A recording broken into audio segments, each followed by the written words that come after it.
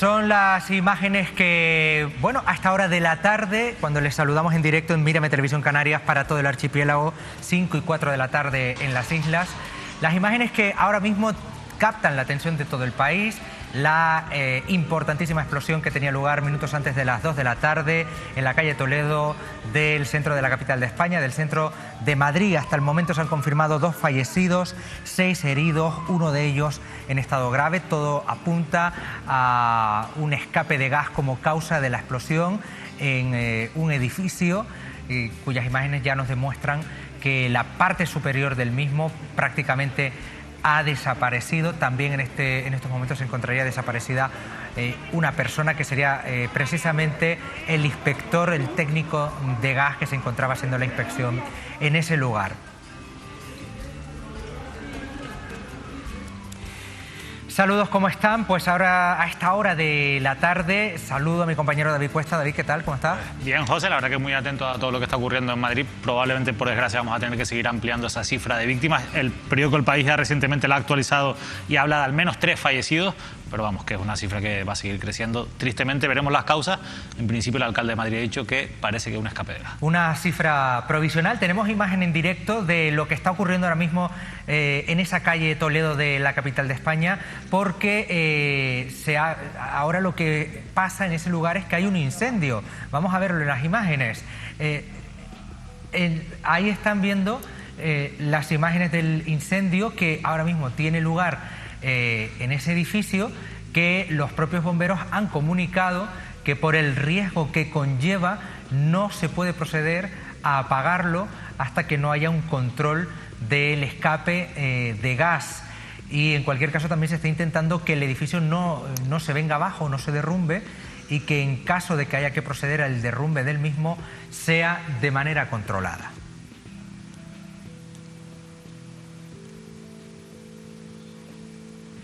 Bueno, pues hasta aquel punto de la calle Toledo en Madrid se ha desplazado ya nuestro compañero Fernando Ruiz, que está allí. Fernando, buenas tardes.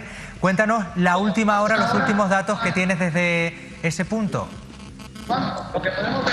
Buenas tardes, José. Pues sí, como ya adelantaba David, efectivamente el vicepresidente de la comunidad, Ignacio Aguado, nos ha confirmado una tercera víctima mortal de esta explosión que se producía en el número 85 de la calle Toledo. En concreto, corresponde esta construcción al edificio parroquial de la iglesia de Nuestra Señora de la Paloma, de la patrona de Madrid. Este edificio además se encontraba colindante con una residencia de ancianos, con la residencia La Paloma y con el Colegio de La Salle. También la presidenta de la Comunidad de Madrid, Isabel Díaz Ayuso, que también comparecía ante los medios recientemente, nos comunicaba que ha sido un milagro y que en esta ocasión la gran nevada, consecuencia del temporal Filomena que cayó hace ya unos días en la capital, ha beneficiado, porque eso ha provocado que los alumnos de este Colegio de La Salle no se encontraran en ese momento en el patio. Como decía, tres víctimas mortales ya confirmadas. Hay una persona desaparecida y 7 heridos de diversa consideración. Fernando, prácticamente, como las propias declaraciones que ha dado la presidenta de la Comunidad madrileña y también el alcalde Almeida, es casi un milagro, porque ha sido inmensa la cantidad de cascotes que han caído en ese patio del Colegio La Salle, que está justo paré con el edificio de la explosión, que si hubiese sido un momento en el que estaban los niños ahí, de hecho los niños estaban en el colegio pero no estaban en el patio, lo que afortunadamente por un lado ha sido un milagro. Luego, la otra cara de todo esto, Fernando, es que creo que se puede confirmar que al menos algunas de las víctimas mortales eran transeúntes que iban pasando por la calle y que la caída de cascotes por la explosión les ha provocado la muerte. Efectivamente, ese dato no está del todo confirmado, pero parece que incluso un repartidor, padre de 4 hijos, sería una de las víctimas mortales, y en ese momento sencillamente se encontraba caminando por esta calle Toledo. Como apuntabas, los cascotes han sido lanzados a varios centenares de metros. Tengan en cuenta que yo me encuentro como a unos 100 metros aproximadamente del punto de la explosión, y aquí a la rotonda de la Puerta de Toledo han llegado algunos de esos cascotes, para que se hagan una idea de la fuerza y de la magnitud de esta explosión. Nos contaban algunos vecinos que la explosión fue como una auténtica bomba y que enseguida se asomaron al balcón de sus casas y lo que veían era una inmensa nube de humo y de polvo que lo cubría todo. Efectivamente, también apuntaba tanto la presidenta como el alcalde de la ciudad, José Luis Martínez Almeida, que los alumnos se encontraban en ese momento en el colegio. Las clases, no en la totalidad, pero sí en muchos centros educativos de la capital, se han reanudado hoy. En este colegio de La Salle era uno de los que comenzaban hoy las clases tras las vacaciones de Navidad alargadas por el temporal Filomena, y en ese momento, por suerte, se encontraban dentro del aula, porque la Policía Nacional ha repartido unas imágenes aéreas grabadas con un dron, y se puede ver perfectamente cómo el patio de ese colegio está completamente lleno de escombros. Ahora mismo los bomberos trabajan por intentar reforzar la estructura del edificio, si bien no las tienen todas consigo, y no descartan que el edificio pueda colapsar y pueda venirse abajo. También hemos visto hace escasos minutos un camión de bomberos que subía a toda prisa por esta calle de Toledo y que probablemente haya acudido a ese incendio que veíamos en imágenes al comienzo del programa. Fernando Ruiz, desde Madrid, muchísimas gracias por esta crónica, esta última hora desde el lugar de la noticia ahí en la calle Toledo, en la capital de España. Un saludo. Muchas gracias, José. Bueno, y de capital a capital, ahora comentaremos esto, David, pero de capital a capital tenemos que irnos porque a esta hora de la tarde también es noticia y están puestas todas las miradas del planeta lo que está ocurriendo en el Capitolio, en Washington, donde Joe Biden a esta hora ya ha jurado su cargo como presidente de los Estados Unidos.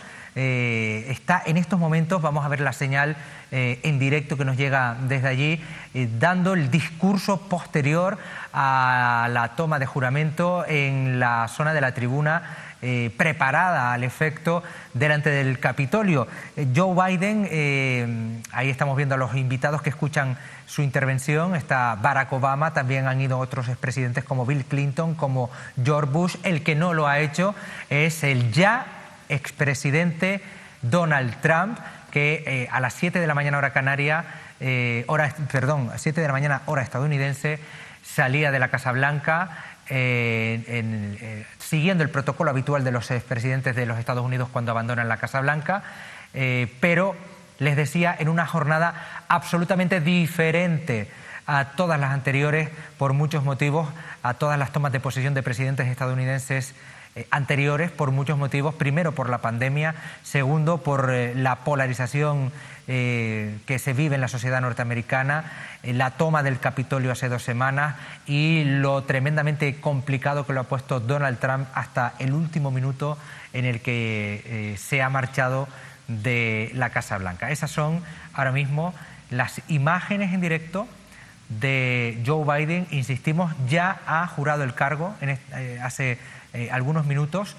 Ahí ven atípica toma de posesión con el público con mascarillas, guardando distancias, con muchísima menos gente de la que normalmente hay en estos eventos en la capital de Estados Unidos.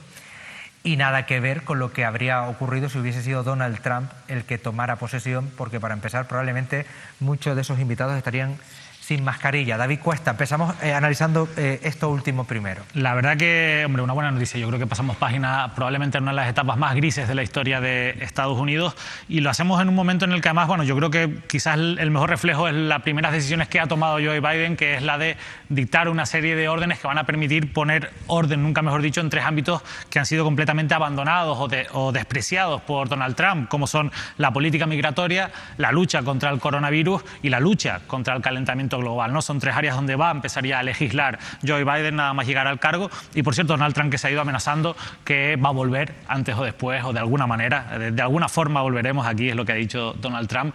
Veremos si cumple la promesa, esperemos que no, pero la realidad es que yo creo que este cambio tiene que ayudar sobre todo a acabar con esa situación de la que tú hablabas, esa polarización que existe en la sociedad de Estados Unidos, y a intentar pacificar a la sociedad, en este caso norteamericana.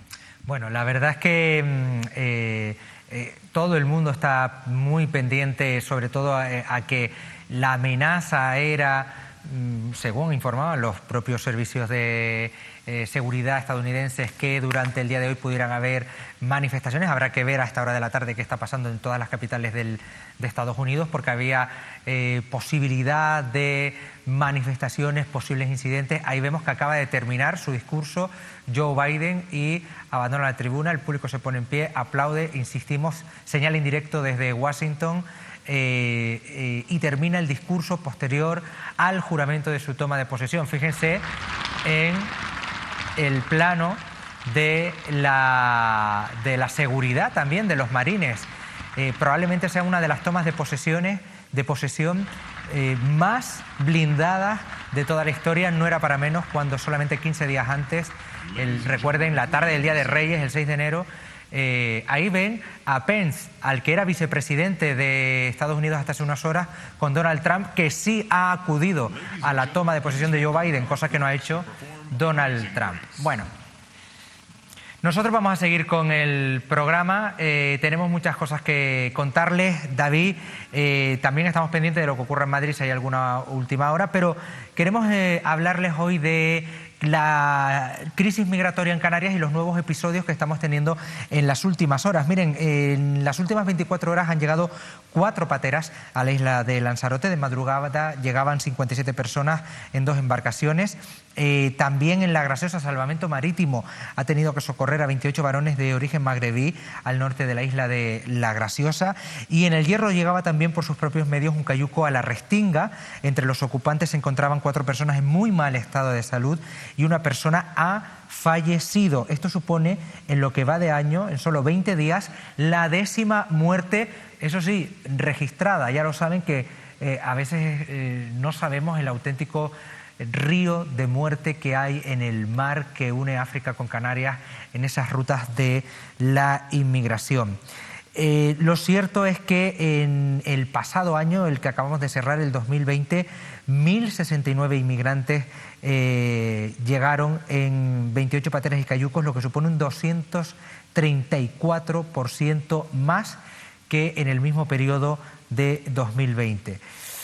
Quería decir que esta cifra, perdonen que lo he dicho mal, estas 1.069 personas que han llegado en 28 pateras y cayucos son los que han llegado en estos 20 primeros días del 2021. Un 234% más que lo que habían llegado en el mismo periodo del año pasado. A esto hay que unirle varios asuntos. Por un lado, los meses de bloqueo que todos conocemos, de qué pasaba, de la inacción del Estado con todas esas personas. Bueno, en el sur de Gran Canaria hay cierta preocupación. Ayer se producía una reunión y se anunciaba por parte de la delegación del Gobierno que se reforzaba la presencia policial con 40 agentes de Policía Nacional en Maspalomas, cerca de los espacios donde están acogidos los migrantes, para, decían textualmente, dar una percepción de seguridad a la ciudadanía. Todo esto después de que hayamos sido testigos de varias peleas que se han hecho virales, que han incluso protagonizado los telediarios nacionales, en las que los protagonistas eran varios migrantes. Esa, por ejemplo, parece ser, las imágenes que ven, que correspondían al intento de controlar aparcacoches, zonas de aparcamientos de coches en el entorno de Maspalomas, pero hay otras también que se producen en el entorno nocturno de la localidad turística de San Bartolomé de Tirajana, al sur de Gran Canaria. Bueno, peleas, ahora esto todo lo vamos a analizar con David Cuesta porque hay mucho que contar con esto, pero yo termino de dar toda la información, y es que también en la cadena SER, en Radio Club Tenerife, hemos visto una información de nuestros compañeros Eric Pestano, Javi Rodríguez y Marta Cantero, en el que, ya ven, el titular: Frío y carpas, el futuro campamento de migrantes de Las Raíces, que parece ser que la lluvia, han confirmado que la lluvia retrasará otros 10 días, según fuentes de la Secretaría de Estado. Se lo ha confirmado a Radio Club Tenerife, cadena SER. Se va a retrasar 10 días la puesta en funcionamiento de ese campamento en Las Raíces, con esas carpas ya preparadas. Actualmente en La Laguna viven unas 1.200 personas de origen africano. Con la llegada de las personas previstas hasta Las Raíces se incrementaría hasta 1.300, ampliables a 2.400. David Cuesta, mucho que analizar, vamos por partes. Lo primero, lo preocupante, continúa la llegada de embarcaciones, continúan las muertes. Sí, sobre todo preocupante porque no hay salida para esas personas y estamos viendo las consecuencias que eso está teniendo, pero también porque continúan las muertes y van a seguir continuando ante las condiciones en las que van a estar llegando esas personas, evidentemente con un riesgo muy alto, y los datos son tremendos, un 234% más en estos primeros compases del año, tú los has dado, yo creo que son para preocuparse. Sin embargo, es verdad que venimos de una especie de anestesia que hemos tenido todos, que son las fiestas navideñas, que es también la tercera ola del coronavirus, que nos tiene muy pendientes, y al final se ha conseguido que desviemos un poco la atención de un problema que no ha cesado en todo este tiempo, y eso le ha venido muy bien al gobierno central porque, como hemos visto, las soluciones que hasta ahora se han aportado no han servido para nada, han servido para bien poco. El gobierno central no ha aprovechado este tiempo para seguir trabajando y vemos que las soluciones que se plantean, las que sí que van a ser inminentes o parecen inminentes, como la de Las Raíces, bueno, pues son soluciones que tampoco solucionan del todo la situación de esas personas, ¿no? El tema de las peleas, que hay que tener cuidado con esto, peleas hay y ha habido siempre. Los medios de comunicación nos tenemos que hacer eco de ellas con cierta cautela, porque no nos hacemos eco de todas las peleas que hay en todos los rincones de Canarias, pero sí es cierto que cierta sensación de inseguridad hay en esas zonas para que la delegación del gobierno y las administraciones implicadas en esta zona se hayan reunido, se haya reforzado la presencia policial. Yo esta mañana tenía una conversación telefónica con un líder vecinal de Las Palmas de Gran Canaria, muy molestos, por ejemplo, en la zona de la Isleta, con que el Regimiento 50 y el traslado allí de migrantes, y me daba como argumentos, David, que es una zona de la Isleta muy deprimida, con muchos problemas económicos, con mucha marginalidad, problemas de inseguridad propios ya de los propios vecinos del barrio, y que esto no ayuda. Porque, lógicamente, estas personas están allí, pero luego salen, están por las calles, se quejan de que también hay algunos incidentes con ellos. Claro, tenemos un problemón en esto y tenemos una bomba de relojería, no quiero usar de manera imprudente los términos, pero con determinada población en determinadas zonas que ya lo están pasando muy mal, que no sé si son las zonas más adecuadas para poner estos campamentos justo ahí al lado. A mí me parece que, bueno, yo creo que lo has tratado de manera correcta, y creo que es muy importante intentar entender a todas las partes, porque yo creo que es fundamental comprender esa sensación de inseguridad que tienen los vecinos, porque muchas veces está fundamentada. Es verdad que todavía los datos relacionados con los incidentes vinculados con las personas migrantes no son alarmantes, no son datos para preocuparse, pero también es verdad que han ido en aumento esas circunstancias de inseguridad y esos episodios concretos y puntuales de los que, bueno, pues hoy en día hemos tenido y se han difundido de la manera que se han difundido. Por cierto, se puede tratar este tema y se debe tratar este tema, lo que pasa es que hay que tratarlo, bueno, pues intentando hacerlo de una manera responsable, lo que no puede ser, como hemos visto incluso a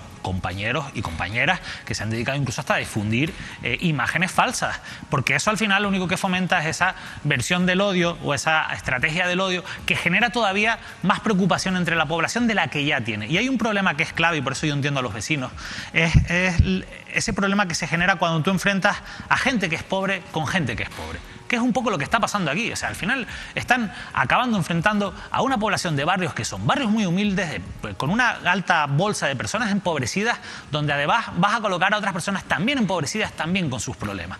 Y por otro lado, yo creo que también hay que ponerse, por supuesto, en la piel de las personas migrantes, porque esas personas han llegado aquí, la mayoría no para quedarse aquí. Por eso cuando nosotros escuchamos erróneamente ese argumento de es que qué bien viven en los hoteles, no, vamos a ver, que te encierren a ti en un hotel en el que no puedes hacer absolutamente nada más que levantarte, comer, ver la tele y pasear. No puedes hacer nada, no tienes libertad para poder desarrollarte como ser humano, como persona. Muchas veces veíamos cómo se ponían a hacer ejercicio. ¿Qué menos? ¿Qué van a hacer? Hacer ejercicio, necesitan moverse, necesitan tener algo de vitalidad. Pero es que el problema es que eso, que era una solución temporal, se ha enquistado de tal modo que esas personas ya ni siquiera tienen esperanza de que puedan cumplir su objetivo, que fundamentalmente en una parte importante es reunirse con familiares que ya están en la península o en otros países de Europa y con los que mantienen contacto hoy en día con las nuevas nuevas tecnologías. Y esa impotencia, lógicamente, también genera frustraciones y genera episodios en algunas personas, no en todos, pero sí en algunos migrantes que están desarrollando una serie de comportamientos que no son los adecuados y que en muchos casos son comportamientos violentos, provocados por esta situación que ha generado, y yo creo que es lo más importante, irnos a la raíz del problema, que ha generado el gobierno central, pero por supuesto también con la complicidad y la falta de actitud del gobierno de Canarias, que no ha sido capaz de exigir las medidas necesarias y contundentes para solucionar esto, que no es una solución fácil, José, pero es que llevamos diciendo lo mismo meses y en estos meses no hemos avanzado prácticamente nada. Luego, ojo, que también se ha anunciado otra cuestión en esta reunión que ayer se tenía en la delegación, por parte de la delegación del gobierno y las administraciones implicadas, expulsiones preferentes para las personas más conflictivas. Pero yo me pregunto, ¿expulsión preferente de dónde? ¿De los campamentos? ¿Y en qué consiste la expulsión? ¿En que se quedan en la calle? Sí, en principio sí. Porque entiendo que no se habla de expulsión del país. No lo sé, José, la verdad que no lo sé. No sé a qué se refieren con eso, pero sí que es verdad que yo he visto también... Habrá mucha gente que diga, bueno, pues es expulsión del país porque no se les expulsa igualmente a muchas personas que han venido de manera irregular. Sí, es verdad que, por ejemplo, cuando yo leí las declaraciones del juez del CIE de Barranco Seco, de Arcadio Díaz Tejera, en las que él hablaba de que sí que es verdad que se van a tomar medidas contra esos inmigrantes que se identifiquen y que sean conflictivos. Claro, pero ¿cuáles son esas medidas? No termina de quedar clara. Es la expulsión, el retorno a su país. Tampoco es tan sencillo retornar a las personas a su país de origen. Entonces, también depende, porque claro, cada inmigrante es una realidad misma, porque cada país tiene un acuerdo o una situación diplomática distinta de relaciones con España, ¿no? Y eso influye también. Bueno, vamos a avanzar de tema, no sin antes darles la última hora, cuando son las 5:25 de la tarde en Canarias, los datos de las últimas 24 horas de la pandemia en el archipiélago. 297 nuevos casos en las últimas 24 horas. A día de hoy hay 56 personas ingresadas en las UCI Canarias y 331 personas hospitalizadas. Es importante que sigamos todos manteniendo la prudencia lo máximo posible. Miren, nos vamos a Gran Canaria porque allí los colectivos sociales de Ginamar se han reunido para analizar las carencias que viven en el barrio. El motivo de por qué han decidido alzar la voz nos lo va a explicar Aridane Montes de Oca, que es presidente de la Asociación de Vecinos Armiche Eucalipto. Aridane, buenas tardes. Hola, buenas tardes. Aridane, ustedes han decidido reunirse, dar un paso al frente. ¿Qué principales problemas hay ahora mismo en Ginamar que a ustedes les está preocupando de manera más importante en estos momentos? Mira, lo principal es el abandono por parte de las 4 instituciones que tienen directa o indirectamente responsabilidad sobre el barrio. Vale, estamos hablando de Ayuntamiento de Telde, Ayuntamiento de Las Palmas, Cabildo de Gran Canaria y Gobierno de Canarias. Principalmente el abandono consta en las carreteras, las aceras totalmente deformadas, falta de iluminación, un centro de salud deficiente. ¿Vale? Ahí pueden ver en el vídeo que hemos facilitado la estructura que Sanidad ha montado, ¿vale? Para habilitar unas obras que van a hacer en el centro de salud. ¿Qué pasa con esta estructura? Que directamente invade el carril de circulación en la misma calzada en la que se encuentra. Aparte de quitar aparcamientos, condenar una parte de la acera, quita visibilidad a los peatones a la hora de cruzar, al igual que los vehículos no tienen visibilidad para ver los peatones que están próximos al cruce. Creo que ustedes también denuncian que hay una carencia en la política de servicios sociales. Vamos, dicen que prácticamente, por ejemplo, la política de empleo es nula en el barrio. ¿Esto es así? Exactamente. Ellos se han basado en tener a nuestros vecinos y vecinas comiendo de 7 u 8 bancos de alimentos, ¿vale? En vez de crear un plan de convenios o plan de empleo para evitar que esas personas que en mayoría llevan más de un año en situación de desempleo, darles una opción de buscarse un empleo, formarlos como realmente se merecen, aparte de que en la contratación de convenios, cuando se les contrata, una vez finalizado ese convenio, no tienen derecho a arreglar una ayuda por el modelo de convenio que se les hace firmar, o sea, el modelo de contrato. Bueno, yo voy a aprovechar, Aridane, este viernes yo personalmente voy a estar entrevistando al alcalde de Telde en la Plaza de San Juan, sin ir más lejos. Te propongo que aproveches las cámaras de Mírame Televisión Canarias y le hagas una pregunta al alcalde que quieras que en esa misma entrevista yo le traslade. De hecho, le voy a poner el vídeo de tu pregunta. Bueno, más que hacer una pregunta, queremos sacar el compromiso, no solo del alcalde de Telde, sino del resto de instituciones, a que se sienten de una vez por todas y trabajen por el barrio de Ginama. O sea, ya está bien de 38 años de abandono, ¿vale? 38 años en los que nada más que se acuerdan de Ginama cuando llegan las elecciones, ¿vale? Bien sean municipales o al Estado. Es lo mismo, siempre se acuerdan nada más que cuando llegan el periodo de elecciones. Nosotros lo que estamos pidiendo es que a Ginama se la trate tal y como se trata a otros barrios, incluido, y por nombrar barrios, San Juan, San Gregorio, La Garita, ¿vale? Barrios en los que mayormente viven los políticos teldenses y que siempre están bien cuidaditos. Muy bien, pues dicho queda, el vídeo se lo mostraré al alcalde. Aridane Montes de Oca, presidente de la Asociación de Vecinos Armiche Eucaliptos de Ginamar. Muchísimas gracias, un saludo. Gracias a ustedes. David, bueno, Ginamar es un barrio que ya históricamente hay que tener también cuidado, oye, hay que tener cuidado con todo lo que uno dice, ¿no? Pero para no caer en clichés, es un barrio que históricamente siempre ha, en Gran Canaria, sufrido una imagen de barrio abandonado, de barrio que no se preocupaba lo suficiente con él. Parecía que en los últimos años eso un poco había cambiado, pero ya ves, otra vez vuelven a alzar la voz. Sí, la verdad es que, bueno, suele ocurrir en muchos lugares de Canarias, no es una cuestión solo en Gran Canaria, pero sí que es verdad que en Gran Canaria ocurre bastante, ¿no? Y Ginamar es un buen ejemplo de barrios abandonados, de barrios donde al final son barrios que nacen como personas, de barrios de familias trabajadoras, que son familias muy humildes y que poco a poco van sufriendo, lógicamente, las vicisitudes. Cuando estás en la parte más baja del escalón social, es mucho más fácil que sufras los problemas de cualquier crisis económica y demás. Sin embargo, esas cosas se solucionan con políticas que ayudan, intentan poner al mismo nivel y por lo menos equiparar un poquito las clases sociales en los modelos de ciudad. Esto es algo que ocurre en algunas ciudades europeas donde se está intentando evitar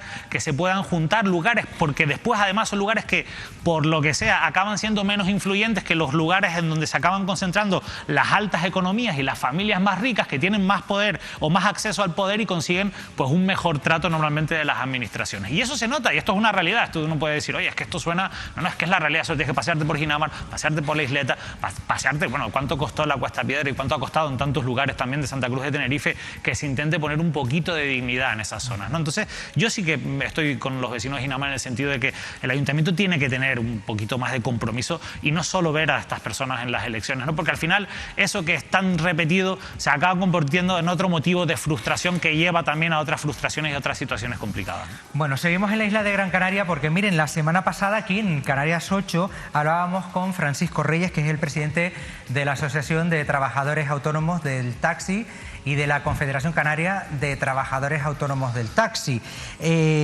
Hablábamos con él porque 4.000 taxistas de la capital Gran Canaria, en una huelga el pasado 4 de enero, solicitaban la vuelta urgente de los turnos al trabajo. Vamos a recordar parte de su intervención.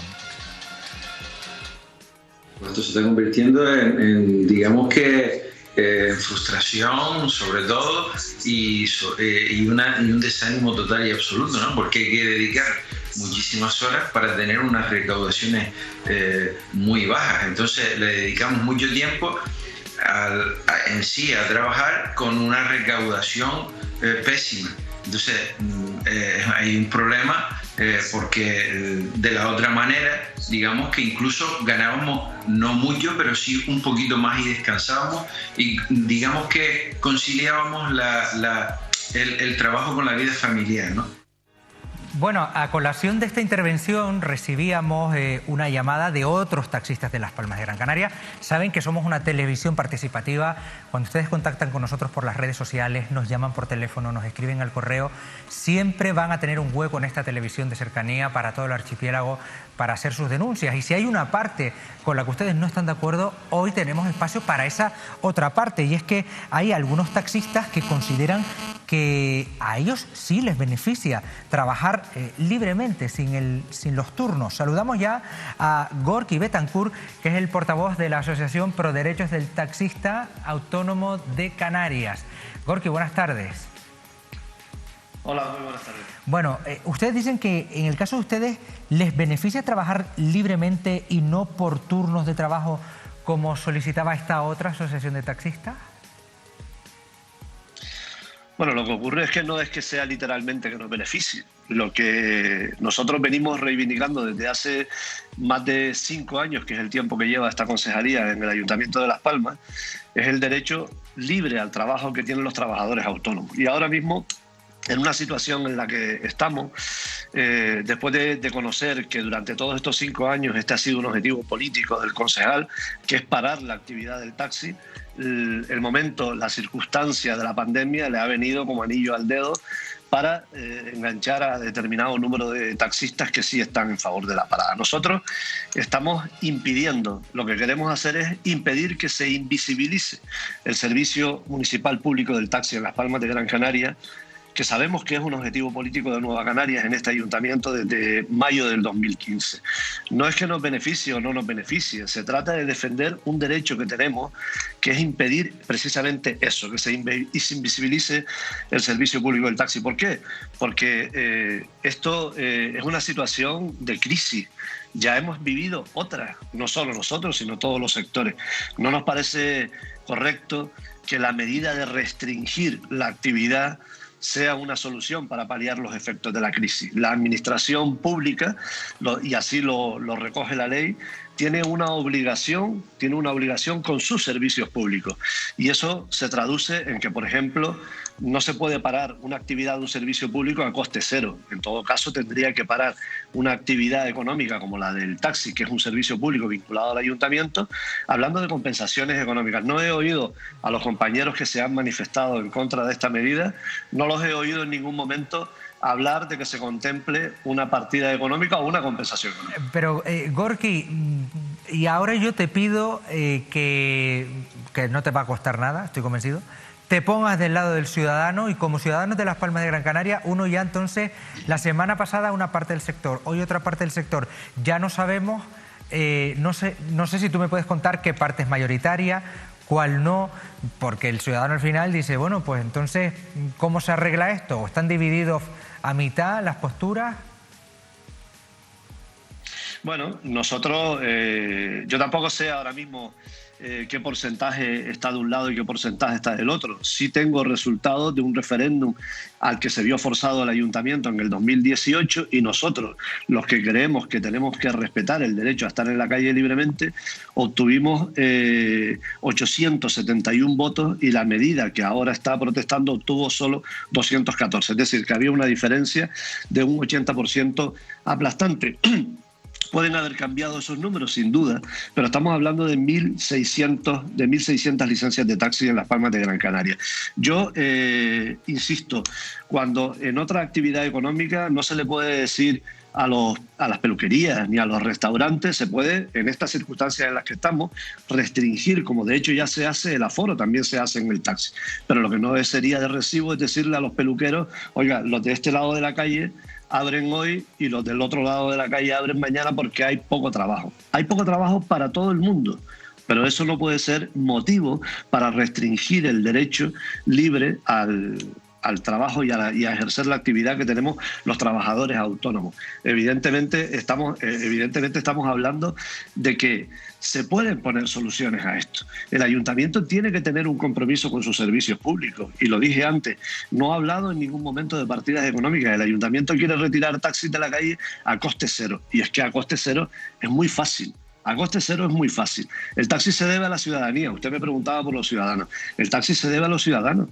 Si ahora estamos viviendo un momento en el que la relación oferta-demanda pues ha variado sus fuerzas, ha variado su peso, es algo que tendremos que asumir todos como asumen todos. No sería lógico ni sería de recibo que una emisora de radio, una editorial de prensa o de cualquier otro medio de comunicación, simplemente porque le baje la audiencia en un momento determinado, alguien pueda actuar sobre su actividad, intervenirla y restringírsela y decirle que no hay trabajo para todos. Gorky Betancourt, portavoz de la Asociación Pro Derechos del Taxista Autónomo de Canarias. Han tenido aquí su espacio, no duden en volver a llamarnos cuando quieran y tengan algo también que denunciar. Esta es su televisión. Gracias, buenas tardes. Gracias a ustedes, buenas tardes. David Cuesta, qué complicado el mundo del taxi siempre. Bueno, en Santa Cruz de Tenerife también hemos tenido las protestas la semana pasada. A ver, es que al final... Ya a uno le pasa como las medidas anti-COVID, que ya no sabes ni cuál está en vigor y cuál no. Hay muchas... A mí me pasa, ahora estaba recordando que aquí se colocó en su momento el sistema de turnos. Recuerdo que se puso con mucha ilusión, pero después duró poco, se volvió a revelar la mesa del taxi. Si tú ahora me preguntas si está vigente o no, no te lo sé decir, porque como tú dices, ha habido tantos cambios, tantas asambleas, son tan complejos porque hay tantas asociaciones y tantos intereses, y es normal en Santa Cruz. No suele haber unidad en el sector. No suele haber unidad, pero es normal, porque son muchas familias y cada una tiene su propia manera de entenderlo. Y es un negocio bastante individualista que después se intenta defender de manera colectiva y es complicado por lo que te digo. Sin embargo, sí que es verdad que hay un matiz que a mí sí me gustaría hacer la gorki, en el sentido de que tampoco puede ser completamente libre el sector del taxi si tenemos en cuenta que presta un servicio público y que en cierto modo está regulado por las administraciones públicas. Por ejemplo, ¿quién está rescatando las licencias de taxi en Santa Cruz de Tenerife? ¿O quién concede las licencias de taxi? Son los ayuntamientos que tienen cierta capacidad de regulación del sector, precisamente por el servicio que prestan. Otra cosa es que a mí me cuesta, como tú bien dices, saber qué es lo mejor para el sector, porque probablemente haya personas para las que el sistema de turnos pueda funcionar bien, pero haya otras que, por su situación vital, el sistema de turnos les venga mal, porque ese tiempo que les obligan a descansar, a ellos prefieren estar trabajando, ¿no? Entonces, la verdad que es muy complejo, pero sí que es verdad que ahí es donde tiene que velar el ayuntamiento, porque hay unidad, o sobre todo porque haya un diálogo más sano que el que está viendo, y vemos problemas, manifestaciones en Las Palmas de Gran Canaria y manifestaciones en Santa Cruz de Tenerife también en los últimos días. O sea que esto es algo que evidentemente con la situación del COVID todos los sectores están viendo pues mermada su situación o su realidad económica. Y todo esto, David, porque en Canarias el sector del taxi que lo está pasando y lo lleva pasando muy mal durante muchos años, pero aquí no tienen la competencia que tienen en otras ciudades de España, de Europa, que si Cabify, que si Uber. Aquí no hay de eso, porque si lo hubiera, y al final la mayoría de conversaciones que yo tengo con gente en privado, con gente del sector y de no el sector, pero cuando hablamos del transporte público unitario, es que Uber, Cabify y estas plataformas más tarde o más temprano se van a terminar implantando. Y prestan un modelo de servicio que de cara al usuario puede ser mucho más cómodo que el modelo del servicio del taxi. Lo que pasa es que lo que a mí no me gusta de ese tipo de empresas es el modelo económico empresarial que tienen detrás, ¿no? Porque al final es una explotación encubierta de muchas personas, como ocurre también en parte con los sistemas de reparto estos de Globo, Delivery y demás, ¿no? Que al final, bueno, te encuentras con que son falsos autónomos con unas condiciones leoninas.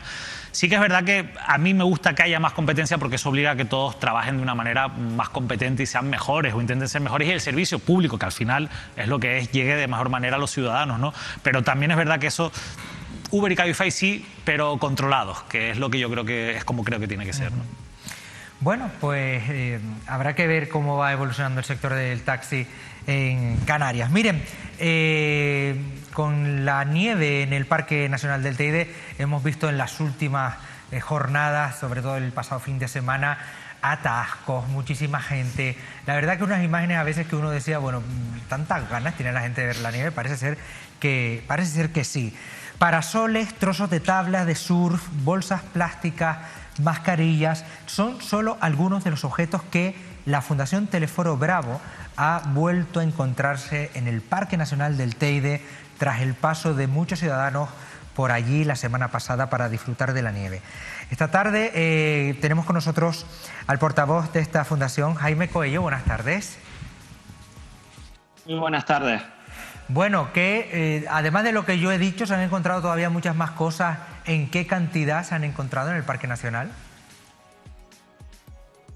Bueno, es un reguero de residuos, ¿no? Digamos que afortunadamente suelen estar muy cerca de las carreteras, de los lugares donde la gente se para, pero eso no deja de molestar, porque es un parque nacional, es un lugar emblemático, es un lugar importante, y bueno, estamos viendo las imágenes, pues fundamentalmente dispositivos plásticos. Ya hay quien está diciendo que hemos entrado en la era del plástico. Existió la edad del bronce, la edad del hierro, ahora estamos en la edad del plástico. Y podemos ver esa cantidad de residuos. En este caso, pues vemos botellas, eso es algo habitual. Y en alguno de los merenderos que subía al Parque Nacional del Teide, como es esta imagen, eso es Parque Natural de Corona Forestal, pues mucha gente se paraba en esos lugares y en algunos de ellos pues encontramos estas tristes estampas, ¿no? Realmente un problema serio con respecto a los valores cívicos de una parte de la sociedad de esta isla y de Canarias en general, y que hay que estar debatiendo, hay que poner sobre la mesa. Ahora no hay turismo y realmente la responsabilidad recae en una parte de la sociedad de aquí, y lo mismo que vemos en los entornos urbanos, donde vemos esas aglomeraciones. Pongo por ejemplo carnavales. Ahora no vamos a vivir estos carnavales, pero recordar pues quiero recordar las imágenes del año pasado, ¿no? Donde se veían esas toneladas de residuos tiradas en la calle. Pues lo mismo que vemos en las zonas urbanas, por desgracia lo vemos en donde hay aglomeración de gente, porque la afluencia de público durante la pasada semana fue brutal, ¿no? Fue brutal, y eso en sí también es un problema, ¿no? ¿Ustedes consideran que debe controlarse de alguna manera de cara a futuras nevadas en el Teide los accesos por muchos motivos, no solamente ya por los 4 cochinos y cochinas que dejan todo esto tirado ahí, o 4 o 400, no lo sé, pero se debe controlar los accesos por el impacto ¿qué impacto puede tener que en 48 horas suban miles y miles de personas, atascos, vehículos y esas personas andando por todos los alrededores de las carreteras del Parque Nacional? Realmente el impacto, como digo, afortunadamente está concentrado alrededor de la carretera, pero podemos hablar fundamentalmente de que esos residuos van a pasar a formar parte del suelo. Algunos de ellos van a volar con el viento y se van a introducir más hacia el interior del parque. Muchos, como digo, van a terminar formando parte del suelo, van a terminar siendo ingeridos por algún tipo de especie o formarán parte la próxima primavera de los nidos de algunas aves. Por otro lado, estamos hablando también de esas emisiones que están emitiendo, evidentemente, todos esos vehículos en fila y en cola durante prácticamente 6 horas. Y luego, realmente el Parque Nacional no es un lugar que pueda asumir ese número de personas, ¿no? Hay que tener en cuenta también que muchos de estos vehículos, al no encontrar aparcamiento, se suelen meter en las cunetas o se suelen meter pues básicamente donde pueden, ¿no? Y en algún momento de estos podemos llegar a comprobar cómo se rompen plantas, se producen pues pequeños impactos de determinadas formaciones, incluso geológicas o determinadas rocas. Hay una afección concentrada fundamentalmente en esa banda relacionada con esto, ¿no? La rotura de plantas es una de las típicas, ¿no? Tú ves pues un montón de trozos de plantas porque la gente se mete con los vehículos, ¿no? Realmente la reflexión que nosotros queremos hacer es: el Parque Nacional es un parque nacional para conservar una serie de valores, o es el patio de recreo, como calificó en este caso ATAN, Asociación Tinerfeña de Amigos de la Naturaleza de Tenerife, ¿no? Porque realmente ese parque está declarado Parque Nacional para proteger unas determinadas especies, para proteger la geología, y lo que estamos consiguiendo con estos comportamientos es una zona de esparcimiento. Como no tenemos ocio en otros lugares, pues nos vamos ahí y acudimos en masa.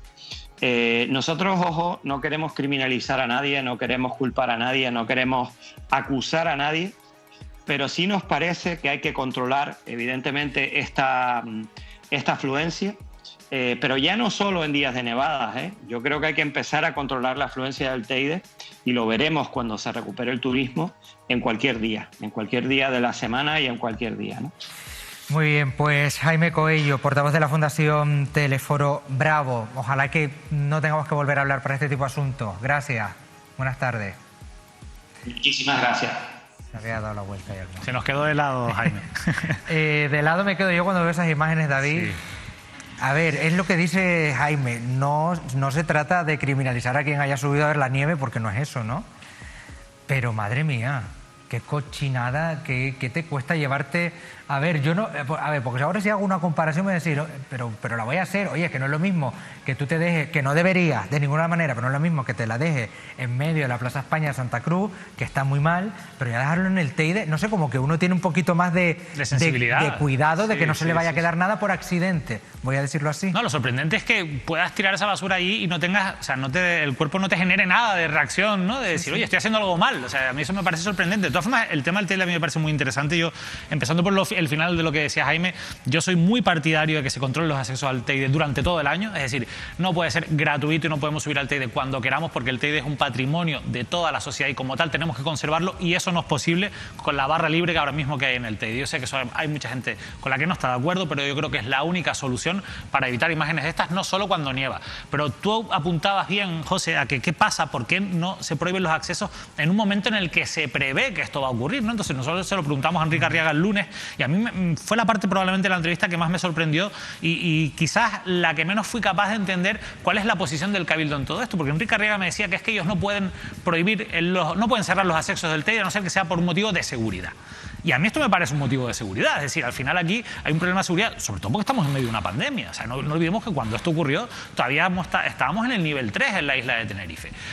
Y sin embargo, según el Cabildo de Tenerife, no hay manera de solucionar esto porque no se pueden cerrar todos los accesos al parador y demás, a no ser que sea por una cuestión de seguridad. Pero entonces habrá que controlar que esto ocurra de alguna manera. Lo que no puede ser es lo que hizo Enrique Arriaga aquí, es culpar directamente o únicamente a la imprudencia de la gente, a la negligencia de la gente que sube, que es verdad, pero es que la gente sube porque le dejan subir. Sí, yo estoy contigo en que lo más razonable también probablemente es que en un momento así uno diga, oye, me voy a quedar en mi casa o voy a ir a una zona menos concurrida porque la nieve estaba en otros sitios, no estaba en el mismo lugar. Yo he visto fotos de gente que fue de manera responsable a disfrutar de la nieve, se puede hacer, pero también es verdad que si las administraciones les permiten que la gente va a ir. Lo hemos vivido con este COVID en muchas circunstancias que no son deseables. Y a mí en cualquier caso sí que me parece un asunto que merece un debate en profundidad, sobre todo cómo gestionar el futuro del Parque Nacional del Teide, porque de verdad es nuestro mayor tesoro, ¿no? Y tenemos que cuidarlo. Sobre todo porque esto ya sabemos que es una cosa cíclica, sabemos que nieva cada año, cada dos, sabemos que cuando nieva todo el mundo quiere ir a la nieve en las mismas 48, 72 horas. ¿No hay alguna manera de idear un sistema? A mí lo de las guaguas me gustó mucho. O por ejemplo, no sé, se me ocurre como cuando la contaminación en algunas capitales europeas, oiga, el día par solo pueden subir los vehículos de matrícula par y los días impar los vehículos... A mí me gusta más te ahorras mucho. La solución de las guaguas que se hizo en su momento y funcionó bastante bien. El problema es que nos decía Enrique Arriaga, también se lo planteamos y decía, claro, es que para subir a toda esa gente, ¿cuántas guaguas necesitamos? Las guaguas tienen una limitación de aforo en estos momentos. Oye, pues como tú dices, José, pues a lo mejor no vas a poder subir el sábado, que es cuando tú quieres subir, y tu opción es subir el domingo. Pues tendrá que ser así. Tenemos que intentar ser ordenados y seguir en este momento y sobre todo en estas circunstancias, pues una serie de normas, ¿no? Para intentar que las afecciones sean menores. Lo que tiene que haber también es planificación de las administraciones. Hombre, claro, esto no se puede hacer el día antes. Porque esto sabemos que pasa y que va a seguir pasando y va a volver a nevar el año que viene, o a saber si vuelve a nevar este año. A lo mejor si nieva este año ya otra vez, pues ya el que ha ido ya no se vuelve tan loco por ir. Pero volveremos a tener esta imagen, se va a volver a repetir sin ninguna duda. Salvo que haya una planificación de la administración para evitar esto. Pero por mucho que tú hagas un llamamiento a la gente, esto como me hace mucha gracia, pedirle a la gente que se autoconfine y la responsabilidad personal. Ya hemos visto que eso, pues mire usted, funciona con la gente que lo aplica, pero no funciona... Es que para eso están los gobiernos y para eso hay una organización administrativa. Y hay que poner ciertos cotos y cierta organización para determinados momentos. Prohibir ir a la gente al Teide con la nieve, no, de ninguna de las maneras, pero poner en marcha determinados sistemas que haga que sea de manera organizada. Ya las grandes atracciones, a ti que te gusta mucho viajar, tú sabes que ya las grandes atracciones turísticas, sobre todo naturales del mundo, están controladas. Ya eso de poder ir y juntarse como se juntan, por ejemplo, en Machu Picchu, que son miles de personas dentro de Machu Picchu, eso es imposible. Ahora hay que coger turnos. Y a lo mejor el turno no es el día que te viene bien. Y imagínate en un viaje organizado.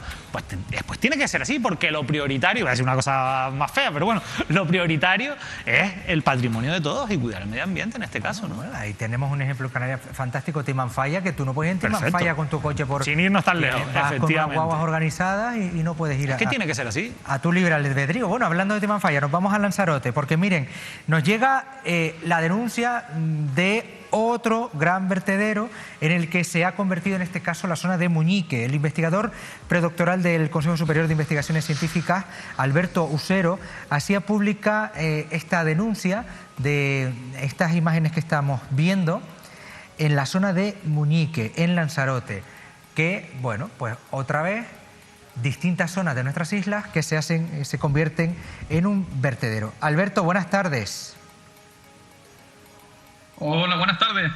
Bueno, cuéntanos esta zona para los que no la conozcan, dónde está, qué valor tiene y qué se han encontrado ustedes ahí, por qué dicen que se ha convertido en un vertedero. Pues primero pedir disculpas porque estoy justamente en el muestreo de Fuerteventura, del censo de Uvara Canaria, que estamos justo ahora en época de censo de machos de Uvara en display, y estoy en el coche, me pilláis con el equipo de campo. Y bueno, lo que podemos encontrar en esa zona son las consecuencias, ¿no?, que tienen algunas malas prácticas de personas con poca concienciación, personas que no tienen civismo, y utilizan pues los hoyos estos que dejan las palas mecánicas y los camiones para tirar pues todo tipo de residuos, desde escombros hasta enseres, electrodomésticos. Y bueno, allí se ha convertido aquello en un vertedero ilegal y no es el único que existe en la zona. Hay muchísimas zonas que lo usan de puntos de vertido de todo tipo de residuos. ¿Cuánto tiempo lleva ocurriendo esto? Pues que yo tenga constancia, hace muchísimo. Lanzarote desde siempre ha habido una gran deficiencia, al igual que en el resto de Islas Canarias, en la gestión de este tipo de residuos en los puntos limpios, o en el caso de los escombros, cuando ya son más de 1 tonelada, en las machacadoras. Creo que en general la población canaria ha carecido de una educación ambiental digna por parte de los gobiernos, de las instituciones públicas, y a día de hoy pues lo que estamos viendo es el resultado y lo estamos pagando caro. ¿Y la administración con todo esto qué hace? ¿Cómo actúa? ¿Creen ustedes que está haciendo lo que debe hacer o no? Pues hemos hablado un poco de las consecuencias. En este caso, su pregunta va enfocada a las causas, ¿no?, que es donde hay que centrar el ojo, donde hay que poner... es el germen, ¿no?, del cáncer de todo esto. Y lo cierto es que la administración nunca se ha preocupado en estos casos de poner una solución. Ellos saben perfectamente que esto es una práctica habitual de ciertas personas, que yo creo que no son la mayoría, sino que son unas cuantas que hacen mucho ruido. Y aun sabiendo que ocurre esto, pues no ponen vigilancia, no hacen campañas de concienciación. Exactamente, esto está situado en el municipio de Teguise, y Teguise tiene un punto limpio que a través de unos fondos lo construyeron en el 2019 y todavía no se ha abierto al público. O sea, hay una dejación por parte de las instituciones que claro, también esta zona, al ser una zona de extracción de áridos, pues está muy deteriorada, se ha ido degradando, y también eso es culpa de los permisos que ha dado el gobierno de Canarias y el Cabildo para hacer este tipo de prácticas. Cuando las personas ven que una zona se deteriora, pues piensan que no tienen valor ninguno, que ahí no hay nada, cuando mucho más lejos esto es una zona protegida, es una zona cepa de la Red Natura 2000, donde hay una gran cantidad de especies protegidas, tanto de fauna como de flora, y hace un efecto llamada, y creo que desde el gobierno deberían de dar ejemplo, cuidar estos paisajes que son únicos en el mundo y fomentar que la población pues no tenga este tipo de costumbres, y por supuesto abrir el punto limpio y facilitarles a todo el mundo el deshacerse de esos residuos que es normal que se generen. ¿Sabes qué pasa, Alberto? Que aunque sea un lugar que yo desconozca si tiene valor o no valor, y sea un lugar que parezca abandonado, a mí ni por asomo se me ocurre ir a darle el volteo a los restos de mi obra de reforma de mi casa, a ningún sitio, a ninguna ladera, a ningún barranco del archipiélago. Independientemente, que ahora lo vamos a analizar, que muy mal por la administración por no tener ese punto limpio abierto, pero que de verdad Yo es que estoy muy a favor de a los capullos integrales que se dedican a hacer estas cosas, que cuando uno pueda, que coja el móvil, que lo grabe y que tengamos pruebas, y que esta gente de alguna manera se tienen que empezar a sentir, no voy a decir perseguidos, porque no somos nadie para unos perseguir a otros, ni es la sociedad a la que debemos aspirar, pero sí se deben sentir aislados en esta sociedad, y más en un archipiélago como el Canario, que tiene que cuidar tanto todo su entorno, su paisaje, su biodiversidad, por múltiples motivos. Alberto Usero, muchísimas gracias, investigador. Una cosita que quería hacer en referencia a tu comentario. Yo con esto no quiero justificar para nada a esas personas que, por supuesto, son incívicas, son personas que no tienen ningún sentido de la responsabilidad. Eso no les justifica que no haya un punto limpio abierto para que ellos gestionen bien sus residuos, por supuesto. Y yo en este caso sí que he hecho la culpa al gobierno por encima de esta gente, que ya digo que nunca lo voy a justificar lo que hacen, porque si ellos no dan ejemplo, que deben ser los primeros que dan ejemplos desde una institución pública, no pueden pedir que la ciudadanía dé ejemplo. Entonces, esto es la causa, ese es el germen, que tenemos unas instituciones públicas llenas de personas que no saben lo que es la moral, ciertos valores, y estamos ahora mismo pues en una situación que Lanzarote se acerca pues a lo que nunca debió ser, que es una isla totalmente deteriorada, y como tú dices, vivimos del turismo y no podemos dejar que pues nuestros paisajes y toda esta fauna y flora que es única en el mundo se eche a perder por culpa de los gobiernos y esas personas que pues no tienen ninguna responsabilidad. Cero, muchísimas gracias, un abrazo. Muchas gracias a ustedes, un abrazo. Ahí sí César Manrique levantará la cabeza. Es la isla de las contradicciones, José. Es la isla con una belleza y una naturaleza tremenda, ¿no? Una riqueza natural tremenda, con una figura como César Manrique, como un exponente del conservacionismo y de cómo cuidar nuestro medio ambiente en Canarias, y mundialmente tremendo, y sin embargo con unos dirigentes políticos que no están a la altura, pero no lo ha estado nunca. Lanzarote es la isla de la corrupción, de las mafias de Dimas Martín y de los hoteles ilegales levantados sin licencia o en suelos donde no se podían levantar, pero es que después es la isla donde no ha habido nada de concienciación, no ha habido planificación a la hora de crecer, y por ejemplo en algo tan básico como cómo gestionar los residuos en una isla donde una parte muy importante de la población es población turista que genera muchos residuos más allá de los que genera la población. Bueno, pues no hay un punto limpio en Teguise, y al final eso lo explica todo, porque sí, no tenemos educación a la hora en cuestiones medioambientales. Nos cuesta muchísimo reciclar, cuando ya mientras más grande es la cosa, más nos cuesta, José, porque ya si es un televisor, es un electrodoméstico tal, intentamos tirarlo donde primero sea, y eso no puede ser. Para eso están los puntos limpios. Lo que no puede ser es que una población como Teguise y los alrededores no tengan un punto limpio adecuado donde poder tirar estos grandes enseres. Y después es importante que haya servicios de las administraciones públicas, que en este caso no sé si los hay, o sobre todo que funcionen bien para que te puedan recoger incluso los enseres en tu casa. Santa Cruz en La Laguna funciona muy bien. Hay que buscar maneras para intentar fomentar los hábitos saludables medioambientales de la gente, y es que en ese sentido en Lanzarote han suspendido y siguen suspendiendo, que es lo más triste, ¿no?, a estas alturas. Una pena, la verdad.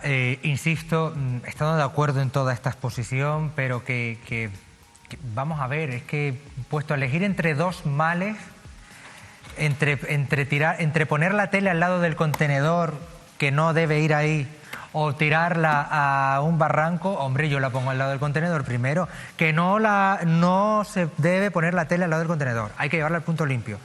Pero puestos a elegir, seamos lo menos capullos posibles, ¿no? Después hay un montón de problemas. Por ejemplo, aquí pasa mucho en Tenerife, supongo que en Gran Canaria también, que muchos de los vertidos se hacen en fincas privadas, donde la administración no puede hacer nada. Entonces, si el dueño está desaparecido o le da igual ese terreno, se acaban convirtiendo en auténticos vertederos tremendos, ¿no?, con el problema medioambiental que eso genera. Pero estos sí que son espacios donde tiene que controlarlo la administración. Efectivamente hay una dejadez de las administraciones tremenda, porque, por ejemplo, en el municipio, es una historia que ya sacamos en Mírame Televisión aquí hace ya 2 años, por lo menos, el amigo Florido en Telde, hay una zona que es la subida de un barranco que está clarísimamente identificado, que es un lugar donde van los camiones de las obras a dar el volteo de todo lo que tienen de las obras.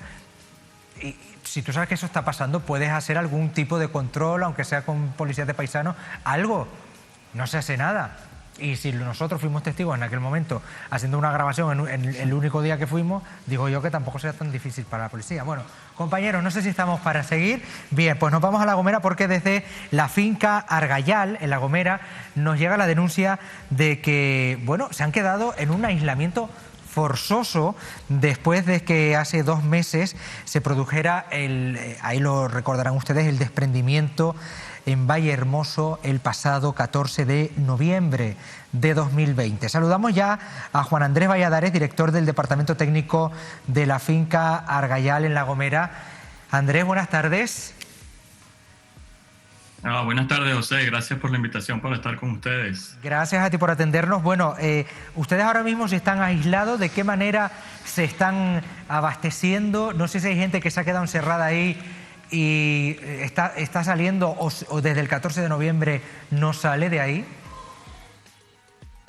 Bueno, la situación es la siguiente, para contártelo brevemente. El 14 de noviembre tuvimos el deslizamiento y a partir de ese día no tenemos ningún tipo de acceso por la carretera que teníamos antiguamente, ¿no? Cualquier tipo de transporte, cualquier tipo de comida o de servicios que necesitemos, lo estamos teniendo que traer con unas chalanas pequeñas, unos botes inflables, de una manera muy rústica, digamos, que hemos implementado con los pocos materiales que tenemos disponibles aquí en la finca. Y realmente es un proceso difícil y que logramos hacer solo cuando las condiciones del mar son muy tranquilas. Ustedes, desde las administraciones, ¿qué les dicen? ¿Cuándo va a haber una solución para poder entrar y salir por tierra? Esa es una buena pregunta. En realidad creo que la posición de las administraciones es que no piensan habilitar la vía por tierra en ningún futuro próximo, porque aparentemente hay un riesgo grande de otros derrumbes según un estudio que se hizo, ¿no? Y nosotros podemos entender eso. Lo que le hemos pedido y lo que estamos pidiendo es que también nos ayuden o que nos presten otro tipo de ayuda. Por ejemplo, a lo mejor la instalación de un pequeño muelle flotante provisional, o inclusive nos den materiales y nos den supervisión para hacer la instalación de un fondeo, de manera de poder hacer más efectivo el sistema de transporte que tenemos para entrar y para salir, ¿no? En cuanto a la carretera de tierra, para nosotros sería indispensable que pudiéramos tener acceso, y lo que ha sucedido recientemente, te hablo de hace 2 días para acá, es que del lado de afuera, del lado del pueblo, han empezado, creo que ya lo terminaron, de construir una pared, de manera que los turistas no puedan entrar caminando, ¿no? Y nosotros entendemos que puede ser un riesgo para los turistas. Lo que pasa es que esto nos confina a nosotros más y realmente nos pone en una situación muy peligrosa. Aquí habemos más o menos 30 personas viviendo en el barranco. 10 o más de estas personas tenemos más de 60 años. Y en caso de que haya alguna emergencia médica de cualquier tipo y que realmente necesitemos salir, ni siquiera podríamos salir caminando por encima del derrumbe, porque ahora han construido una pared, un obstáculo totalmente más grande y el cual no podemos salvar por caminando, ¿no? Entonces estamos ahora realmente aislados y no tenemos ningún tipo de ayuda si hay una emergencia, porque no van a mandar a un helicóptero, nadie nos va a venir a rescatar a medianoche ni nada de eso, ¿no? Entonces la sensación que tenemos ahora es de que en vez de ayudarnos, nos están como inclusive aislando un poco más con este nuevo muro que están construyendo o que ya construyeron. Yo no he salido de aquí en más de 2 semanas, así que no tengo la información exacta, pero sé que lo están construyendo y que están usando maquinaria pesada para construirlo, o sea que es una cosa grande. Andrés Valladares, entendemos que probablemente la solución, por lo menos alternativa, temporal a la situación de ustedes, es esa habilitación de un muelle flotante, una opción para poder, con garantías y seguridad, entrar y salir por mar hasta el puerto Valle Gran Rey, que está a pocos metros, están prácticamente al lado.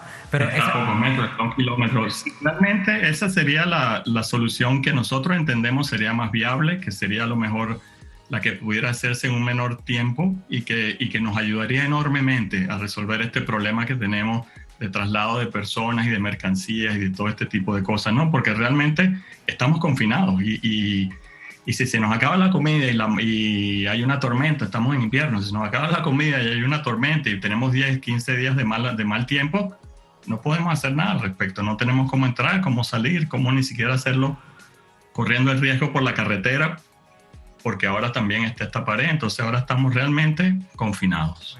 Andrés Valladares, director del Departamento Técnico de la finca Argallal de La Gomera, muchísimas gracias, que se solucione pronto, sí, estaremos encima de esto a ver qué ocurre, ¿vale?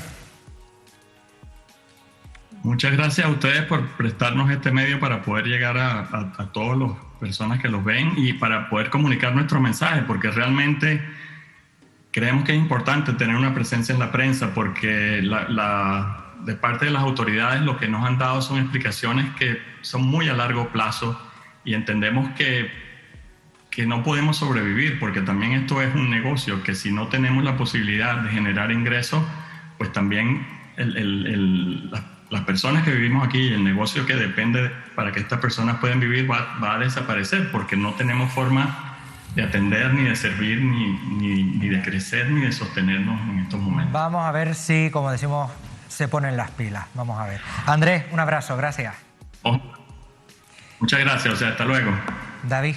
La verdad que qué ejercicio más interesante José, porque todos en aquel momento prestamos atención al derrumbe, todos esta imagen se volvió viral, pero qué pocos se han preguntado cómo estaba esta gente, ¿no? ¿Qué le ha pasado a toda esa gente que se quedó detrás de ese derrumbe, ¿no? O sea, que yo te felicito por esta conexión. La verdad, cuando lo vi en el guión me pareció muy interesante, y después de escuchar pues esas declaraciones me parece tremendo, ¿no? Es que ni me imaginaba que estas personas todavía pudieran estar viviendo en esas circunstancias y en cierto modo abandonadas, ¿no? Porque realmente no hay una solución a corto plazo para su situación. Están completamente confinadas, pero claro, imagínense una situación de nuevo de mal tiempo, de una incomunicación completa. ¿Qué va a pasar, no? O sea, ¿quién va a surtir o va a suministrar a estas personas los bienes de primera necesidad que necesitan? La verdad es que me parece tremendo y bueno, esperemos que haya sensibilidad también de las administraciones con ellos. Pero bueno, sobre todo interesante el poder visibilizarles, porque es la única manera de que se les tenga en cuenta. Bueno, nos vamos ahora de La Gomera al Hierro, porque miren, la semana pasada Anabel González, que es familiar de una paciente en el Centro Sociosanitario de Echedo, nos explicaba aquí en Canarias 8 que estaba preocupada por determinados problemas en este centro. Mejor que yo se los cuente, escuchen lo que ella misma nos contaba. Sí, hay dos cosas esenciales. Una, que he visto las notas de prensa reiteradas de la institución administrativa de esta isla, del Cabildo, donde notifica los casos COVID. A veces también estamos medio confundidos porque Sanidad dice una cosa, el Cabildo dice otra, pero bueno. Y yo lo que quiero es transparencia, transparencia y transparencia. Porque siempre ponen las notas que son asintomáticos, todos los casos. Y a mí, por desgracia, me ha tocado vivir que mi madre, que está en el Centro Sociosanitario de Echedo, tiene COVID ahora y no ha sido asintomática. Entonces, no entiendo cuál es la reiteración de siempre que son asintomáticos. Bueno, era la versión de Anabel González. El Cabildo del Hierro también ha querido tener el derecho a réplica, a contestar a la intervención de esta ciudadana. Por ello saludamos ya a esta hora de la tarde al presidente del Cabildo del Hierro, Elpidio Armas. Buenas tardes. Muy buenas tardes. Muchísimas gracias por estar hoy con nosotros en Canarias 8, en Mírame Televisión. ¿Ustedes comparten la denuncia que esta usuaria o familiar de una usuaria del Centro Sociosanitario Echedo hacía aquí ante nuestras cámaras? Bueno, vamos a ver, yo no quiero polemizar ni con los usuarios ni con los familiares de usuarios, pero es cierto que hay algunas cuestiones con las que no estamos de acuerdo. Nosotros, cualquier movimiento que hacemos, cualquier decisión que tomamos, lo hacemos en base a principios que están contrastados y que están, aconsejados por los epidemiólogos y por la gente de seguridad de emergencia y por la gente del Comité de Seguridad y Salud. Por lo tanto, no tomamos decisiones políticas en este caso, sino aconsejados por los técnicos. Y los técnicos lo que nos dijeron es que en su momento que la mejor sectorización que se podía hacer era poner a los positivos en otro centro.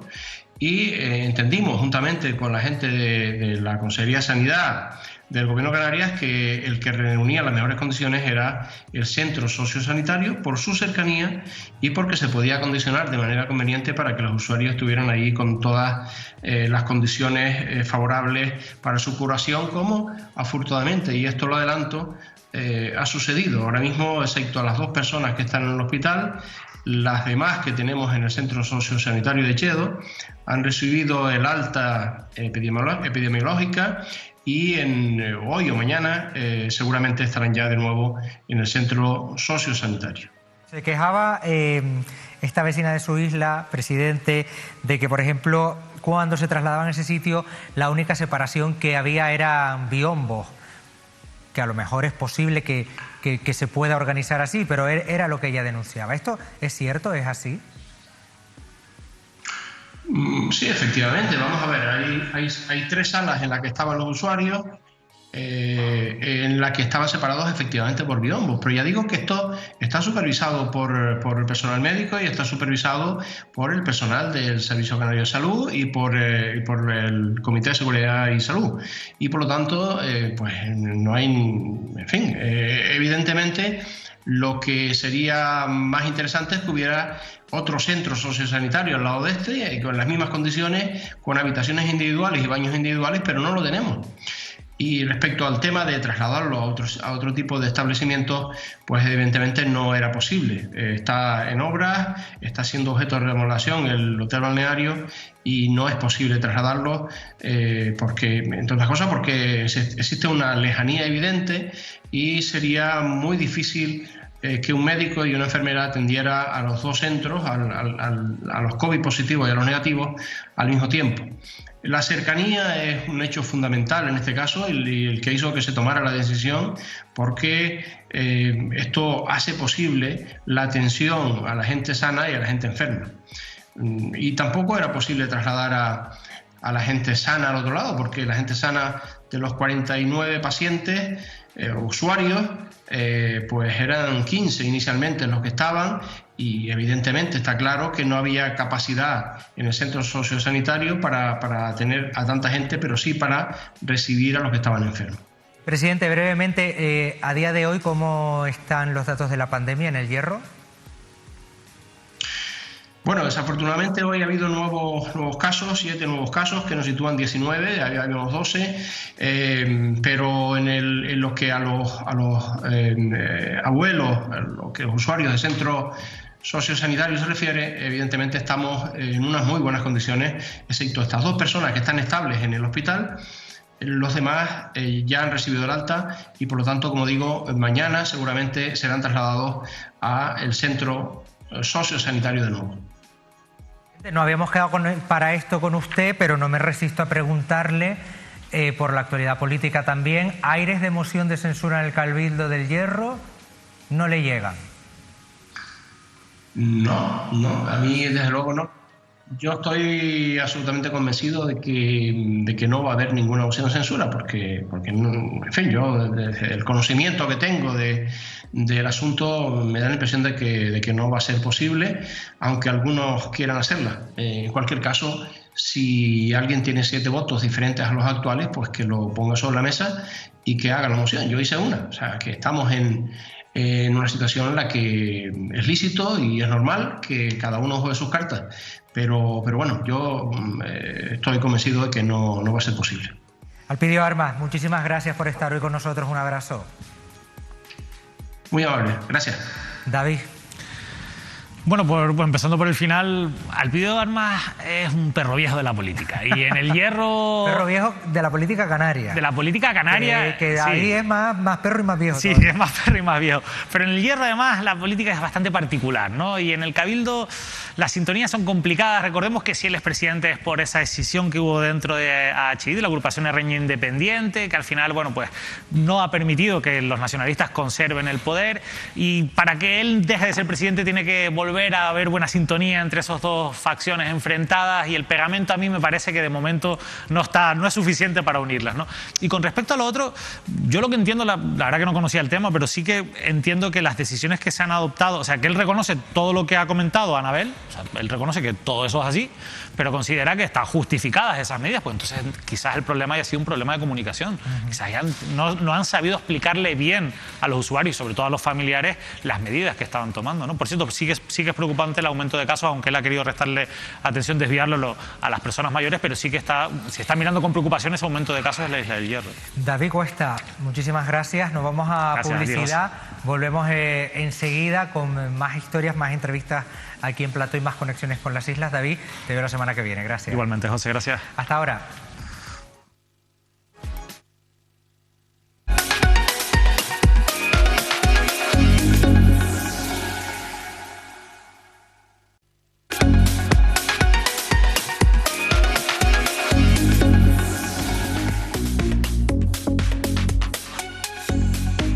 Seguimos acompañándoles en directo para todo el archipiélago a través de la señal de Mírame Televisión Canarias, la televisión de las Islas Canarias. Miren, hay que hablar mucho, hay que seguir hablando mucho de nuestros sanitarios, por supuesto de la sanidad pública, pero también de muchos otros servicios sanitarios que en estos meses tan complicados nos han estado ayudando, ojo, y nos siguen ayudando, que estamos en pleno pico de tercera ola. Ahí es nada. Hoy hemos querido invitar al plató de Canarias 8 a Miguel Ángel Beltrán, que es el director gerente de SAMUR Canarias. Miguel Ángel, buenas tardes. Buenas tardes. Bienvenido. ¿Qué es, aunque yo creo que todo el mundo lo sabe, pero qué es SAMUR Canarias? Pues SAMUR Canarias es una empresa de ambulancia, una empresa de servicios médicos sanitarios a domicilio, en la que engloba un poco el área de transporte sanitario, el servicio médico y salvamento y socorrismo acuático.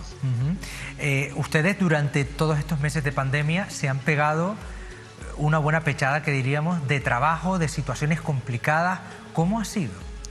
Bueno, la situación ha sido bastante compleja para nosotros, porque hemos tenido que cambiar la disponibilidad de nuestros recursos, convertirlos en recursos COVID, forrarlos para que las ambulancias puedan prestar asistencia de un tipo de paciente diferente, un paciente con una patología más complicada, en la que tenemos que preservar la seguridad del personal, así como la del propio paciente en sí. Entonces, con el problema COVID, pues la situación ha cambiado bastante. Nos hemos visto en una situación desbordada en algunos de los casos, porque no todas las ambulancias las puedes poner para ese tipo de servicios.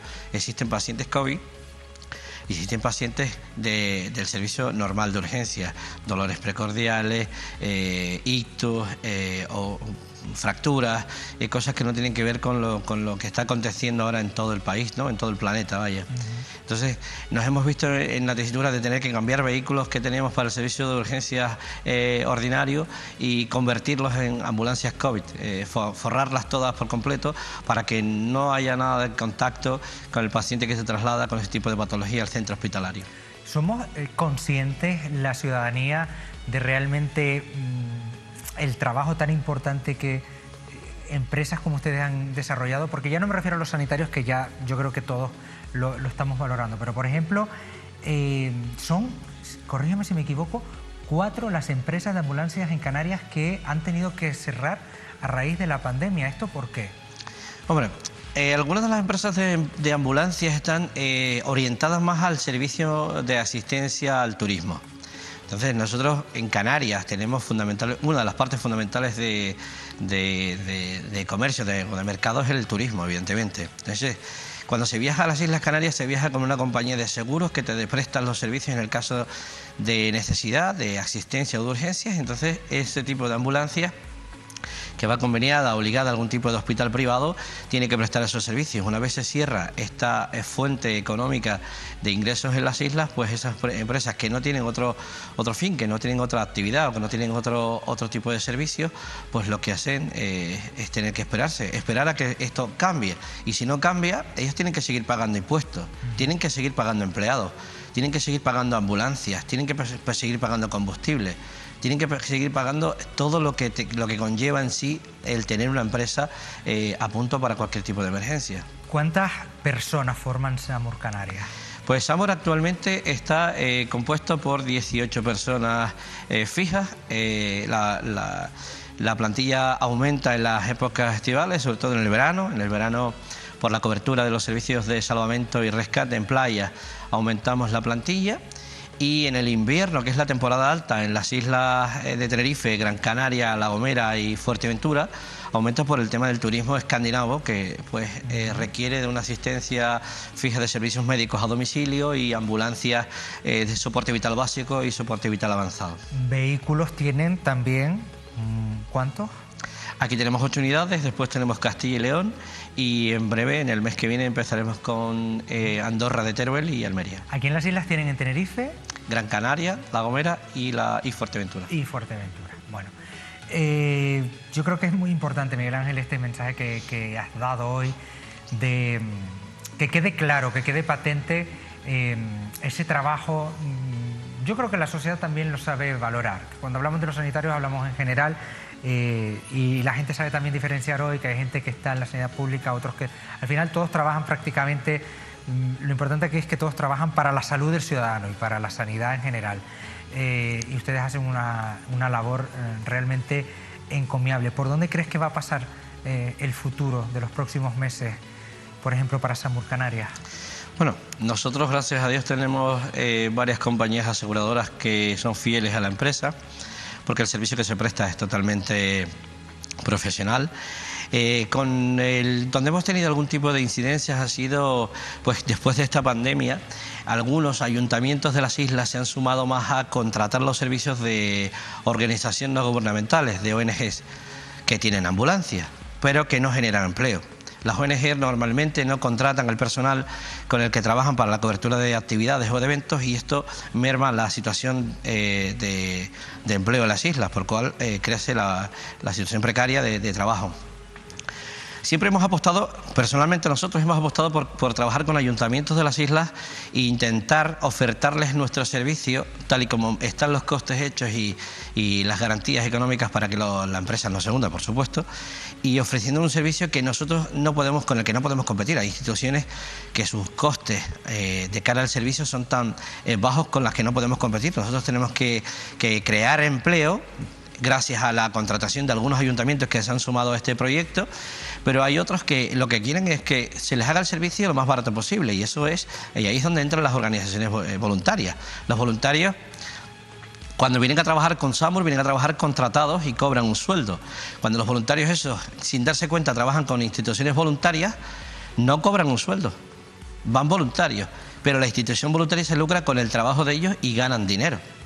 Entonces, hemos hecho ver a muchísima gente que está muy bien la institución voluntaria que exista. Yo pertenezco a una institución voluntaria también, aparte de mi trabajo en la empresa, pero para algunas cosas determinadas. En unas cosas como esta, que ahora mismo hay una crisis mundial de trabajo, que hay una crisis mundial económicamente hablando, tenemos que, desde la parte o la área política de los ayuntamientos, tienen que sumarse más al trabajo, a crear empleo. Y no se crea empleo contratando para las actividades voluntarias de tu municipio, o sea, para las actividades en general festivas de tu municipio, a instituciones voluntarias, porque así no creamos empleo. Miguel Ángel, muchísimas gracias, director gerente de SAMUR Canarias. Gracias por estar hoy con nosotros. Te pido que hagas extensivo un abrazo a todos tus compañeros de SAMUR Canarias. Traigo un mensaje desde el equipo SAMUR para ustedes. Un abrazo muy fuerte para Manolo Artiles. Todos estamos esperando que se mejore lo antes posible, porque sinceramente nos hace falta, hace muchísimo por todo el pueblo canario, y eso lo ha notado muchísimo, tanto la audiencia como los que no ven Mírame Televisión, que sabemos que Manolo hace un trabajo con todo el equipo de trabajo de ustedes esencial para el pueblo canario. Ahí está con una recuperación fantástica y está trabajando, está haciendo el programa. Lo que pasa es que una vez a la semana, porque 2 a la semana hay que priorizar, y ahora la prioridad, por supuesto, es su recuperación. Le enviamos un fuerte abrazo, como no, para él. De tu parte, seguro que nos está viendo. Gracias, muchísimas Miguel gracias. Ángel. Nosotros continuamos en Mírame Televisión, aquí en Canarias 8.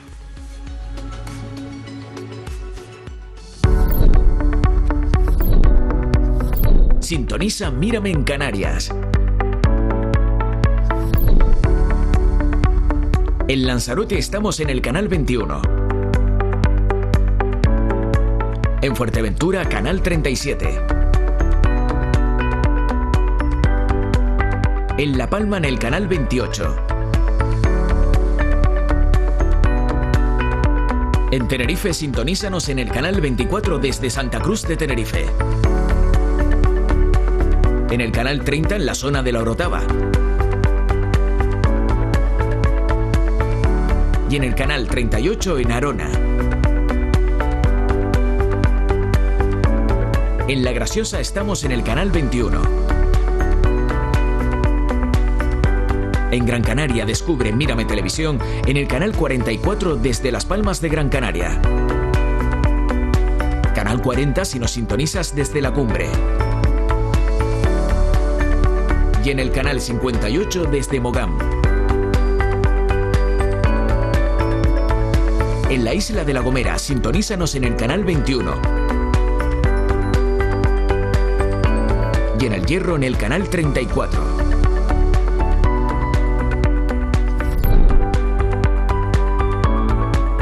Mírame, televisión regional de las Islas Canarias.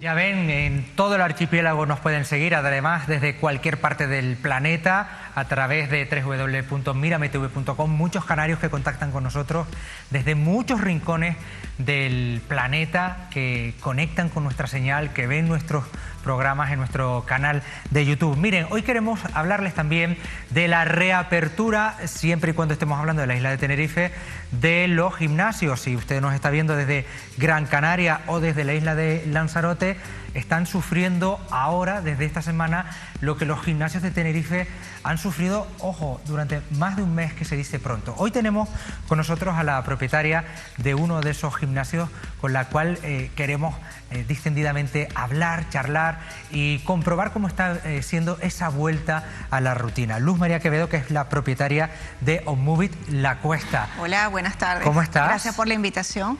Gracias a ti. Quiero aprovechar el espacio para no solamente hablar de nosotros, sino en representación de todo el gremio. Muy bien. Salas pequeñas, gimnasios grandes. Ha sido un mes muy duro para los gimnasios, para las empresas, los propietarios, los trabajadores y los usuarios. Sí, no solamente un mes. Cuando hubo el decreto de emergencia en marzo, estuvimos cerrados también 3 meses. Todavía no nos habíamos recuperado de la secuela de aquel cierre para volver este mes, cuando apenas empezábamos a respirar otra vez. La gente está muy feliz y ansiosa de hacer ejercicio. Ayer hubo mucha euforia de parte de la gente, incluso lágrimas, gritaban de alegría porque habían regresado. Y el cuerpo nota mucho esa falta de ejercicio, porque cuando llevas una rutina y de repente la interrumpes, no es lo mismo entrenar en una sala guiada a estar en casa. No tienes la misma motivación y las mismas ganas. Hay que decirle a los espectadores de Canarias 8, de Mírame Televisión, que Luz María nos va a ayudar una vez al mes, va a estar por aquí en nuestro plató para dar algunas recomendaciones, porque saben que tenemos un compromiso también de servicio público de cuidar nuestra salud, y la actividad física es fundamental. Hemos querido fijarnos en un gimnasio de cercanía, de esos que tenemos al lado de casa, del barrio, en el que se llega a generar una familia, un equipo, un grupo, con todo el respeto y el cariño a los gimnasios más grandes, que hay públicos para todos, pero nos hemos querido fijar en este también, porque también merecen tener un espacio, y yo que conozco a Luz María me parecía una persona genial, fantástica para dar esas recomendaciones. Así que vamos a empezar por el principio, que es ahora la vuelta, o cuando los espectadores de Gran Canaria y Lanzarote vuelvan a los gimnasios, cómo afrontar la vuelta, cómo hay que afrontar el regreso al gimnasio. Lo primero y fundamental es garantizarle a las personas que estás tomando las medidas de seguridad, porque mucha gente tiene miedo a salir y se reprime. Entonces tienes que demostrarle a la gente que tú tienes la limpieza adecuada, que desinfectas la sala, que todos los utensilios están limpios. Darle esa comodidad a las personas. En primer lugar, darle la seguridad a las personas que va a un sitio seguro. Bien, eso es fundamental. Fundamental mantener las medidas de higiene de la sala, de los implementos, y asegurarle a la persona que siempre hay un riesgo de contagio, evidentemente, pero asegurarle a la persona de que vas a un sitio seguro. Eso es lo fundamental. Lo fundamental, la limpieza. Nosotros desinfectamos las suelas de los zapatos con alcohol, porque las personas tocan el piso con las manos cuando hacen ciertos tipos de ejercicio. Desinfectamos las colchonetas, absolutamente todo lo que se toca, y muchas veces lo hacemos delante de ellos. para que ellos sientan la seguridad. Hacemos ejercicio con mascarilla, no estamos de acuerdo con eso, pero cumplimos con las normas y hacemos el ejercicio con mascarilla y estamos manteniendo una distancia de 2,5 metros. Claro, en esa línea yo quiero decir a los espectadores que las imágenes que están viendo de OnMovie de la Cuesta son imágenes de archivo, porque lógicamente han empezado esta semana, realmente no abrieron el lunes, sino que abrieron el martes y hoy es miércoles, o sea que no ha habido tiempo de grabar. Entonces están viendo ustedes imágenes de archivo que no se corresponden con las imágenes de cómo estarán a día de hoy, porque lógicamente estarán con más distancia, estás diciéndolo, con mascarilla en todo momento. Absolutamente, sí. 2,5 metros. La ley me exige 2 metros, estamos haciendo 2,5 metros. En el caso de OnMovie tiene un aforo de 20 personas. Estamos ahora con 6 personas, con una distancia de 2,5 metros. Entonces, lo primero que tienes que hacer es darle esa seguridad al usuario para que sienta que está tranquilo, que está bien. Eso es lo primordial. Y ya depende del tipo de gimnasio o del tipo de negocio. Nosotros, como tú lo decías, somos una sala muy familiar. Nosotros sabemos cómo se llaman las personas, cuánta carga pueden hacer, cuántas repeticiones, qué complejos tienen, que al final terminan al año ya no teniendo los complejos que tienen, porque todo eso es mental. Conocemos a los usuarios, conocemos sus frustraciones, conocemos sus debilidades y conocemos sus fortalezas. Entonces, como conocemos tanto a los clientes, sabemos cómo motivarlos y hacer que se queden. La vuelta ha sido brutal, todos están desesperados por volver y ha sido, en nuestro caso, exitosa. Además, ustedes hacen una cosa que a mí me encanta, que hacen más gimnasios, por supuesto, y que yo animo a que sigan en esa línea.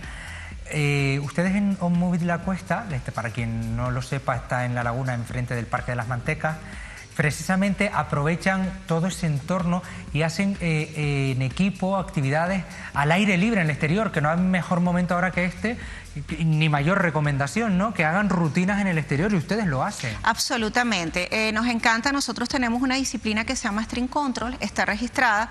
Strength Control es una disciplina donde trabajamos la coordinación, la motricidad, la fuerza, la potencia.